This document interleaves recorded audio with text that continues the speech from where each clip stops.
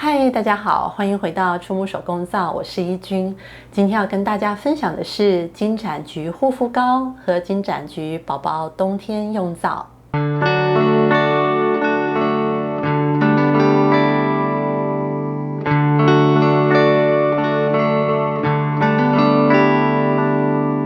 再过1、2个月就是冬天了，那么这时候就最适合来为家人准备冬天用的手工皂。那我儿子啊，他目前是2岁半，那经常呢因为玩耍而受伤，像他最近就是撞伤他的脚的大拇指。那脚大拇指在愈合的时候呢，就皮肤变得非常的粗糙，所以我就想到说这个金盏菊它做成的浸泡油来做护肤膏，其实呢可以改善这个小擦伤啊，或是淤伤啊，还有像宝宝的尿布疹。那还有呢，皮肤粗糙的问题，所以呢，我这次呢就用金盏菊的浸泡油为它做了护肤膏。那么这个金盏菊浸泡油，它也可以拿来做手工皂，所以我也特地为它设计了一款它冬天可以使用的肥皂。那么今天这一集影片呢，我会分成3个部分。那第一部分呢，就是教大家怎么做金盏菊的浸泡油。第2个部分呢，我会教大家怎么用这个浸泡油呢来做护肤膏。那么第3个部分呢，就是教大家怎么用这个浸泡油来做宝宝的冬天用皂咯。那希望你可以看到最后咯。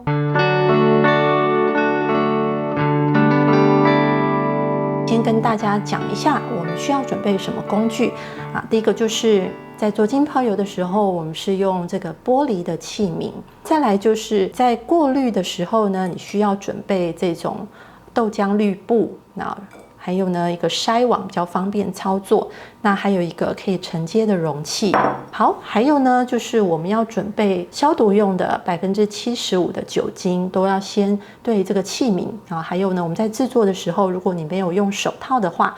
要对你的手部呢也做一些消毒。接下来我们讲一下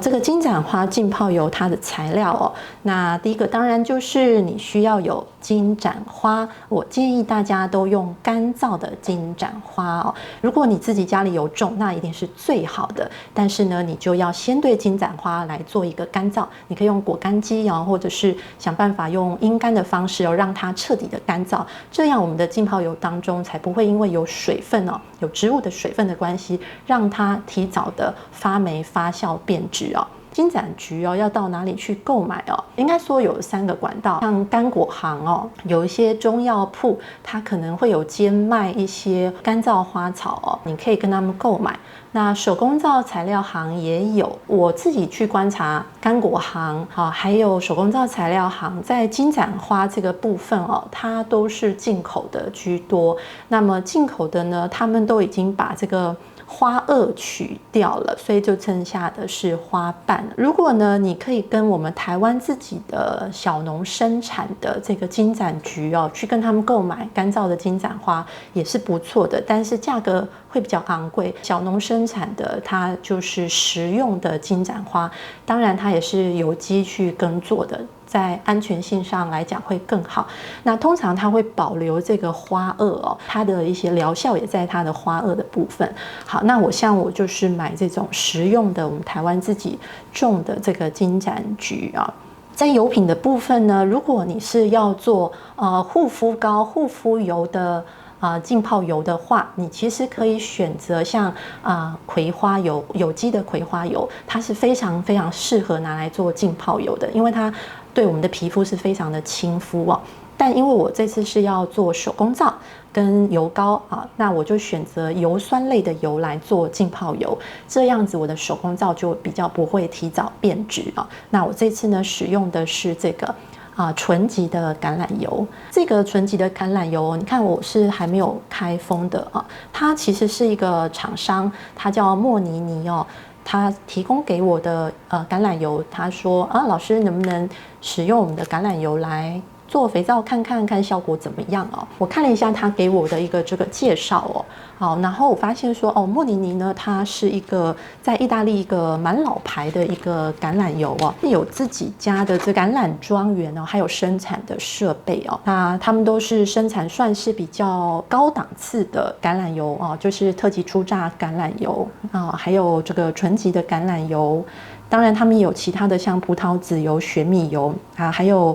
巴萨米克醋等等它给我的这个试用瓶的量其实是不多的，总共只有250ml我这一次因为想要尝试这个橄榄油所以我整体的制作量也比较少一点。你们如果自己要在家里面做我这个配方的话可以多做一点就用比例去换算就可以了。再来，我想讲一下我们这次使用的浸泡的方式在做浸泡油呢，其实主要是有3种方法。那么一种呢就是冷泡法，我有在我的影片当中有教过了。那么另外一种呢就是酒精中介法，我也曾在我的影片当中介绍过2种酒精中介法，大家都可以在下方的资讯栏呢找到这些影片，那你们可以去了解一下。今天呢我要跟大家介绍的呢就是热泡法，又可以叫热萃法，它不透过酒精，但是呢也是透过外部加热的方式来去萃取出这个金盏花它的成分到这个浸泡油当中。加热的工具呢，我用的是果干机因为果干机它可以定时也可以定温，对我来讲是非常方便又安全的工具。那如果你没有果干机的话呢，你是可以用电磁炉，然后用隔水加热的方式，那么你也可以用电锅。那电锅的方式我曾经在我的胡萝卜皂的制作当中有教大家，影片我也会放在下方的资讯栏。现在我就来跟大家示范怎么做热萃法的金盏花浸泡油。那第一个当然就是把我们的这个做浸泡油的容器呢，先做一个消毒。一般是说喷了之后让它自然的去晾干或者是用烘干的。我是会用一点纸整个涂抹在这个玻璃容器的表面上。涂抹完之后呢，我一定要把它放到干就是不要有任何的水分，因为我没有要用手套，所以我的手部我也会做清洁。等一下我在操作的时候我会用到叉子，所以我叉子呢也是要先做一个消毒。它已经都干燥了，没有水分了那我们就来做浸泡油了。一般来做呢，会把这个金盏花大概倒到你的容器的1半到2/3不要再超过2/3，大约是这么多的量。然后呢，就把你的橄榄油就完全全部倒进去，尽量就是淹过它，可以到差不多快满的地方，就是你的金盏菊是可以在里面稍微有一点呼吸伸展的空间，不要把它压到死死的。那通常都是会用带盖子的玻璃容器，你可以稍微这样摇晃它一下，然后发现呢它是可以很顺畅的在里面流动的但是呢，因为我这次要做的我是用这个热萃法，是不太需要很长时间的去把它摆放到1个月，所以我没有用盖子再加上我是用果干机就是不会像是隔水加热或者是用电锅的话，都可能会有水蒸气的问题。那厂商给我的油的量没有很多，所以我就把这个顺序是倒过来。那我就先呢加所有的这个油我把它倒到等一下我要浸泡金盏花的烧杯当中。你们可以看一下，这个是莫妮妮他们的纯级橄榄油的颜色，蛮漂亮的一个金黄色。再来呢，我才把我的金盏花倒进去一样，它的原则就是这个金盏花呢，可以让它在油当中呢是有浸泡到，你可以尽量放满它，但是它还是有一些空间可以去舒展开不用像我这样子倒就差不多了那么如果是使用酒精中介法的话，一般呢就会需要用克数来计算大概是像这样子的满度就可以了，不要再多了。我猜测这样子大概是7、8克左右的这个金盏菊。那再来我们就是做它的热萃的部分了。那温度的部分我会选择60度。好，那么时间的部分呢，我们就调整8个小时就可以了。那8小时之后，也许你可能是晚上睡觉了，那就不管它，你放在那边让它继续的浸泡，我们隔天再来做过滤就可以了。现在是早上的时间，那么它其实已经完成了它整个的热萃取的过程容器不管是你要承接的容器好，或者是你可能会用到的一些工具哦，都是先用消毒酒精来消毒。因为我这一次我是不会把这个油再继续留下来，我就会一次的把它用这个护肤膏还有手工皂把它做完，所以呢我就不会另外再装瓶哦。那如果你要另外装瓶的话，你的容器呢也要事先做消毒哦。我建议大家呢可以用这种深褐色的玻璃瓶哦。那这个呢是化工行可以买得到。那你事先呢就是用热水把它烫过之后让它晾干或烘干哦。好，或者是你也可以买像这样子的塑胶瓶，它这个材质就是跟我们装氢氧化钠的材质一样哦，叫做 HDPE 材质，这种塑胶瓶也可以。那它们两个有什么特质呢？就是第一个，它们的化学稳定性都很高哦。那第二个就是它们都是不透光的，你只要放在这种不透光的瓶子里面哦，就可以延长你的浸泡油的保存期限。那我用的这个是豆浆滤布哦。豆浆滤布呢，其实它的孔径不是真的非常细，所以可能会有一些很细碎的渣渣，还有可能没有办法过滤掉。那如果你非常不喜欢那些渣渣，比如说你在用护肤膏或护肤油的时候，你会觉得那个渣渣让你不舒服的话呢，那你可以再用一次的咖啡滤纸。咖啡滤纸过滤的它的速度会很慢，所以通常你就是放着让它可能摆一整天哦，让它自己慢慢滴慢慢滴哦。等一下呢，我会再把我的浸泡油再倒回这个杯子里面，我就先把这个杯子稍微擦一下。像在过滤的时候你们记得就是挤压的时候呢，是先抓好上面，然后呢由上往下去压，这样子才不会因为有的时候有一些植物它是比较会吸饱这个油或水的，那有可能你从下面一压，它就从上面漫出来。好，所以我们从上往下去压它。那这个浸泡油目前闻起来呢，非常的香，我觉得有一股烘焙饼干的味道，很香哦。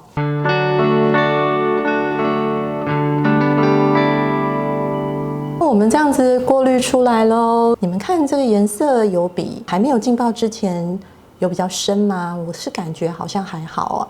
如果要比较深颜色的浸泡油可能第一个就是金盏需要更橘一点的品种，再来就是也许你浸泡的时间还是要拉长哦。你呢要把它放在一个深色的消毒过的玻璃瓶里面保存，然后呢一定要贴上标签哦，注明一下你是哪个时候制作的。那么这个浸泡油呢，在良好的保存条件下半年以内把它用完都是没有问题的。除非你的油品不新鲜，半年以内就要到期了，那可能时间就会缩短了。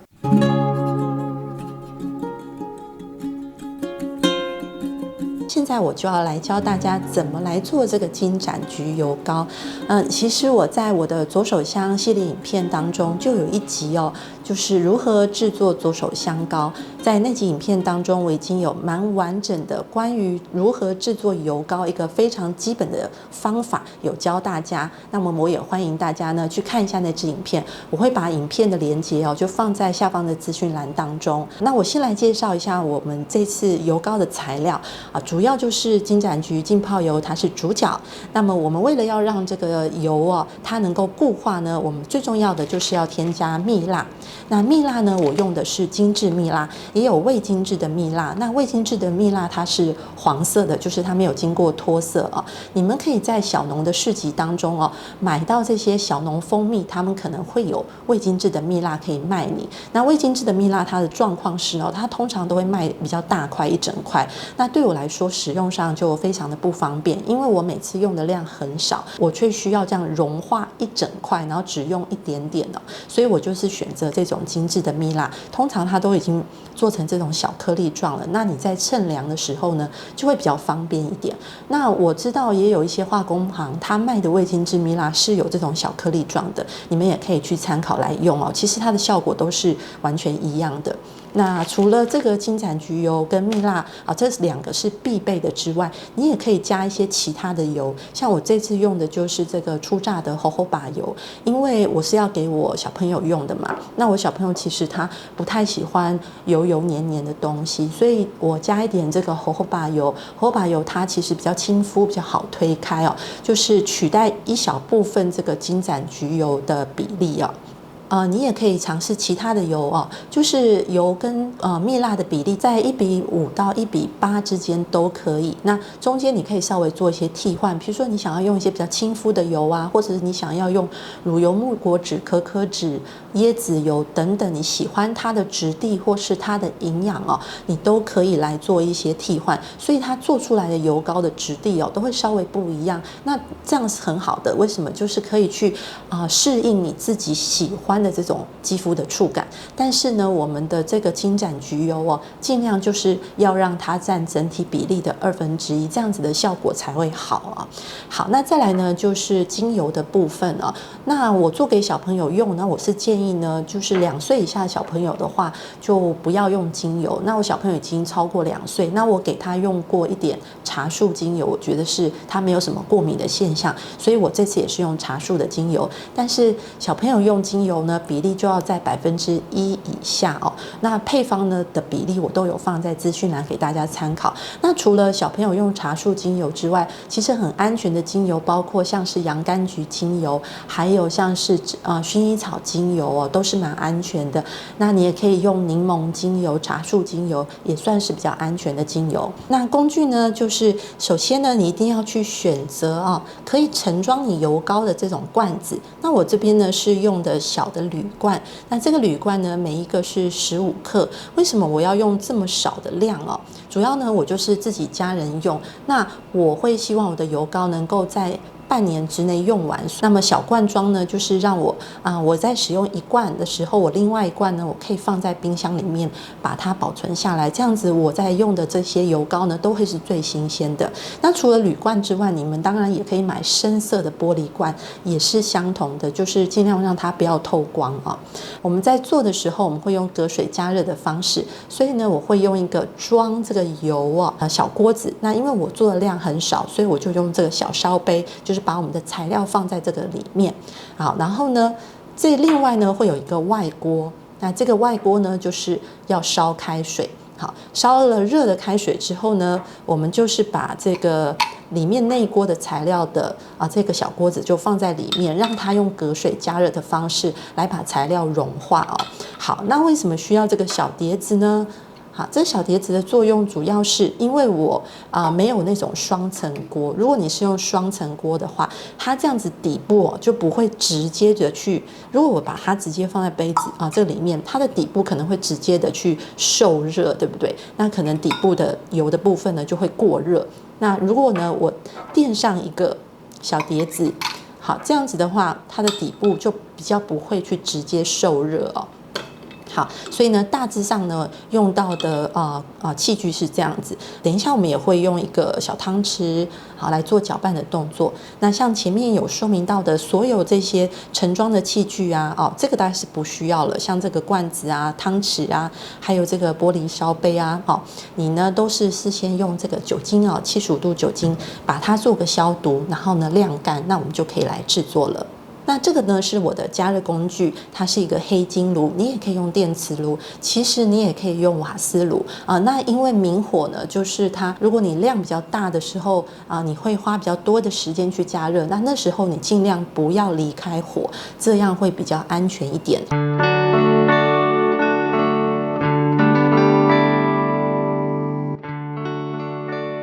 等一下呢，这个会是我们要加热的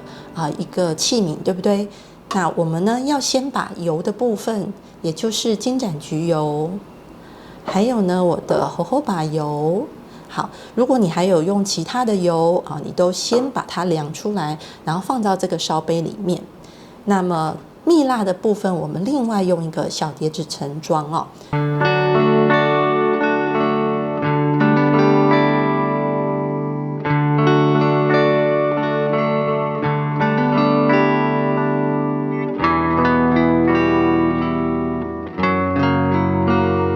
现在是68度了，那么可以了，我们可以把蜜蜡呢就加进来如果你怕失误的话你可以拿出来加，然后加好之后呢再放回去。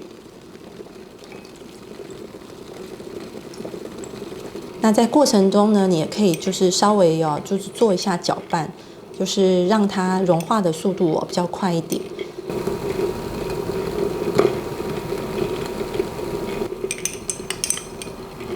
OK， 它已经完全融化了。那这时候呢，我们就可以把它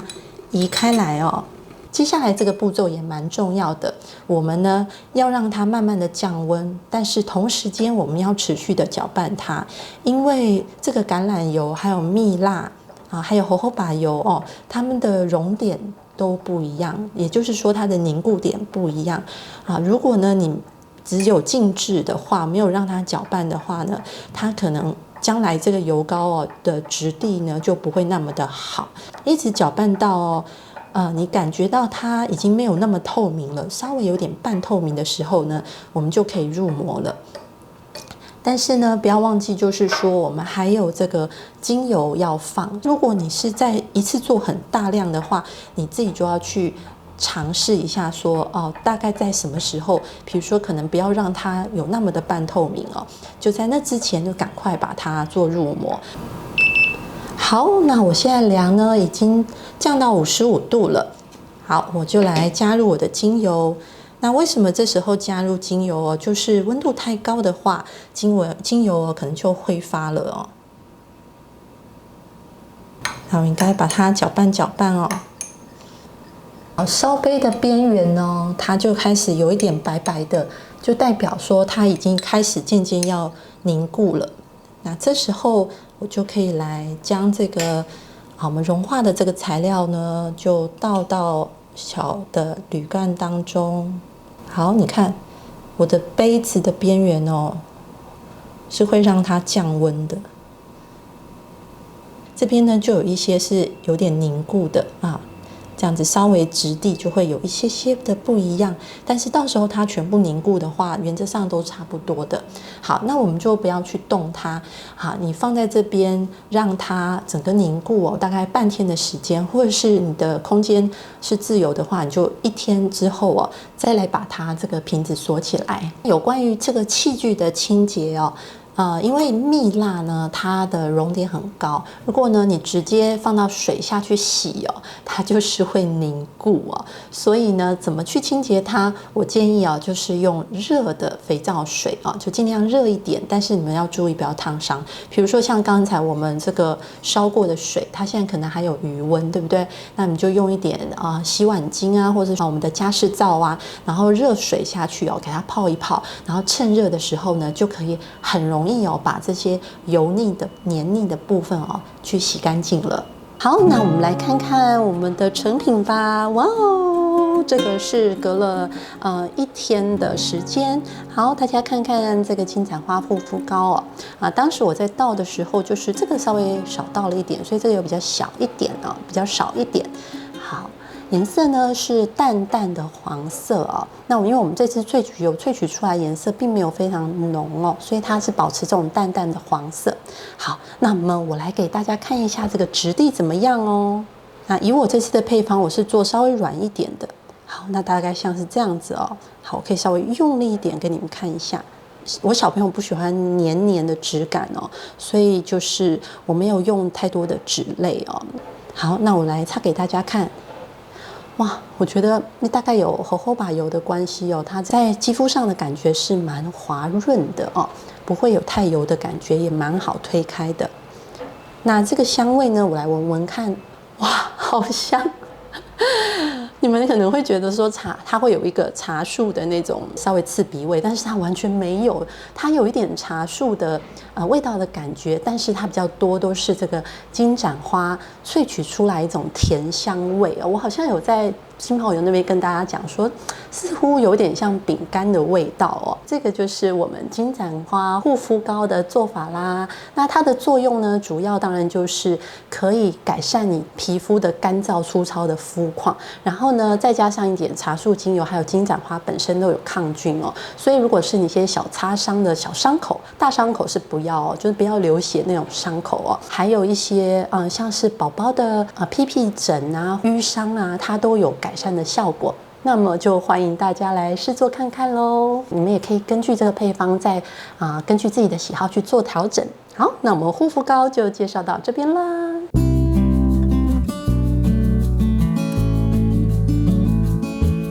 接下下来我就要示范金盏花皂的做法咯。那因为这次呢是做给我的小朋友用的，那有的时候呢他会在洗澡的时候很喜欢玩那个肥皂但是那个肥皂都比较大块嘛，他就抓不太住，所以呢我这次就选择了用这种可爱的造型膜。那呢这边呢是动物的造型，那还有这边有一些花朵跟叶片的造型，比较小块他的小手呢可以去抓住。但是有一点大家要注意就是我们肥皂它是弱碱性的，那有时候小朋友玩肥皂玩一玩，然后呢可能喷到水，他就用手去揉他的眼睛，那这样子呢就是可能会刺激到眼睛所以呢如果是你想要做给自己的小朋友的话，在他洗澡的时候呢，你们还是要多注意一下那我做的分量比较少，你们呢自己再去换算你的分量就可以了。先来告诉大家像如果你拿到这种模子，但是你不知道它的容量是多少的时候，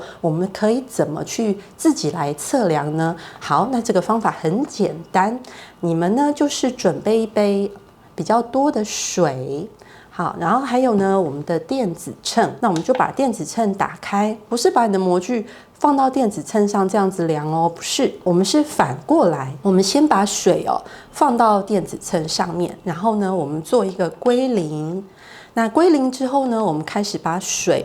倒进这个模子里面。好，假设呢我先倒满这一格小乌龟，好，稍微倒满一点。好，我们再放回电子秤上，那这时候它会出现什么？会出现一个负数的数值，这里显示是-32.8，那代表什么？就是有32.8克的水到了这个小乌龟的模子里面，对不对？代表就是小乌龟模子的水呢有32.8克，那么水就是等于它的容量嘛，所以呢这个小乌龟模呢就是有32.8毫升。好，那更进一步，我们要知道全部的有多少，我们就是一格一格的把它去填满。那这样子呢，你就会知道整体的模具它的容量好到底有多少了。好，那我这边呢就是大概做个示范，我就不用全部做完，你们了解意思就可以了。好，那以这边小动物的模子来说它整体就有220克，也就是可以容纳220毫升。如果你跟我一样也要用这种可爱的造型模来做的时候呢，因为这种模子通常会比较软一点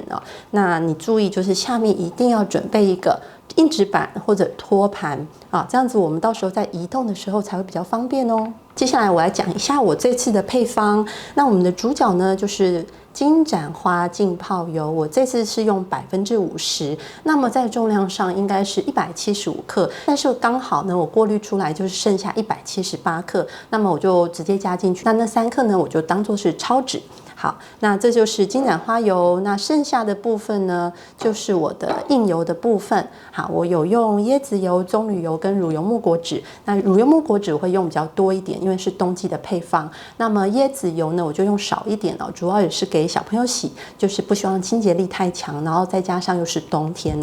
那除此之外呢，我会加一点这个蜂蜜。好，蜂蜜我是事先用纯水把它调开了。那这个蜂蜜呢，可以帮助我们皂化，因为它会升温因为我这次是用这种可爱的造型膜，它的聚热力比较差，所以呢加一点蜂蜜它会有助于皂化。然后再加上呢椰子油也比较少嘛，所以我用一点蜂蜜呢，可以增加我们的起泡力。然后除此之外呢，我会加上一些高岭土，因为我用的橄榄油比较多我会觉得肥皂可能会稍微有一点黏腻的状况。那我加一点高岭土呢，可以让肥皂呢稍微硬一点然后呢在搓洗的时候呢也会比较干爽一点。但是你们要注意，就是加矿泥之后肥皂的泡泡呢会起泡力会稍微的下降一点点，但是这也是没有办法的，你们就自己去取舍说要不要加这个高岭土再来精油的部分，加一点小朋友可以用的薰衣草精油，我就是加一点点而已，加1%包括我的油跟添加物的部分呢，我就先全部把它做一个混合。那我这次做的比较少，感觉它非常的低所以我们在倒的时候呢，稍微倾斜一下，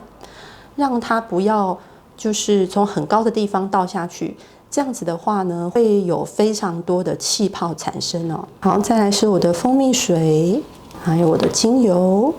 我会稍微过筛一下。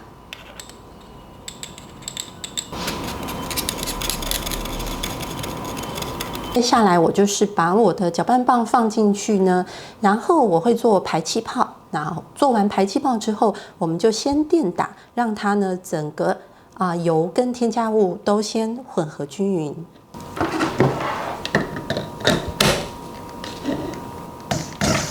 好，那这样子就是低沉的声音了。好，把它混合均匀，然后没有颗粒。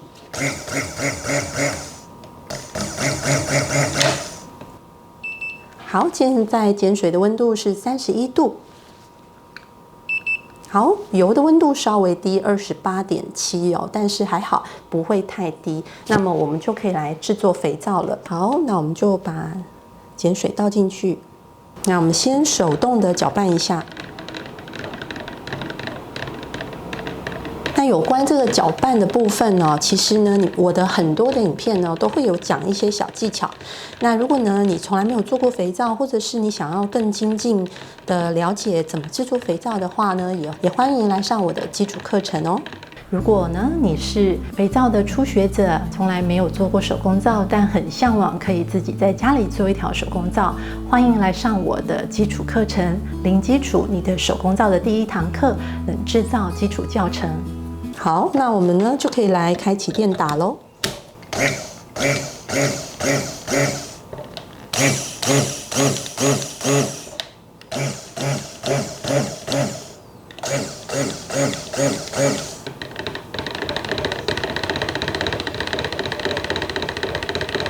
我习惯的方式都是电打跟手打交互进行，等到可以入模的时候呢，再来给大家看一下哦。现在这个状态呢，就是比较接近乳化状态，皂液的颜色呢，它有很明显的转白，然后你可以感觉到你的搅拌棒上面哦，或者是你的这个打造的容器的边缘呢，它会开始形成一点有厚度的膜，那这就是乳化状态。觉得现在我可以来入模咯。好，皂液的浓稠度大致上是这样子，你去感觉一下。好，有没有感觉到肥皂呢？它的是很光亮的哦，然后很平滑的。那这样子的感觉呢，就是我们可以来入模了。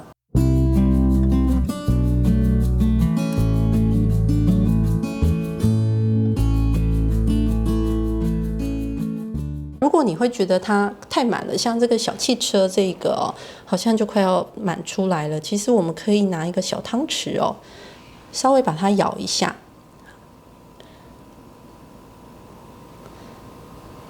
就舀出来一点，去填到你觉得比较少的那个模子里面啊。那么这个动作呢，是要在你肥皂还没有固化的时候，如果你是一个皂化速度、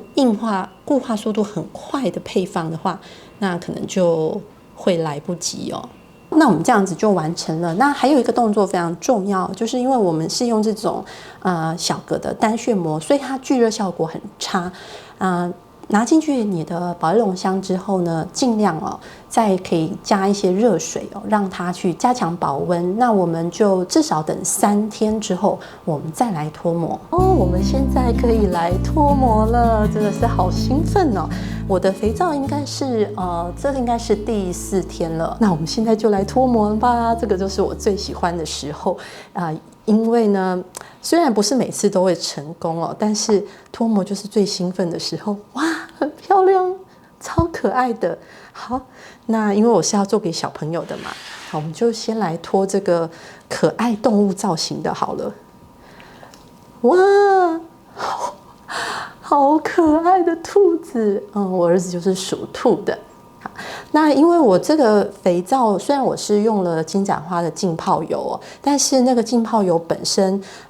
它没有呈现橘红色，所以呢，哇，好可爱！其实你看我脱模是蛮容易脱模的，就代表说它其实皂化上已经没有什么问题了除非是我加错分量。超可爱的我儿子最喜欢小汽车。好，这个好可爱的小大象，像我儿子小时候一定要抱着一只这个象哦，它才有办法睡觉。因为再加上我们不是用吐司膜，聚热效果比较差，没有果冻现象，所以它颜色也会偏比较淡一点点哦。哈哈哈，超可爱的小熊熊，哇，实在太可爱了！还有几个小动物的造型。好，这个是鱼，超可爱的小乌龟。用这个动物造型膜做出来的肥皂真的是让人觉得很疗愈哦。好，那等一下呢，我就是会大概切一点点，后面一点点起来哦，做一下测试，看我的肥皂有没有就是加错分量过碱的问题。那如果我们没有问题的话呢，我们就来做一个试洗，给大家看一下这个配方的泡沫怎么样咯。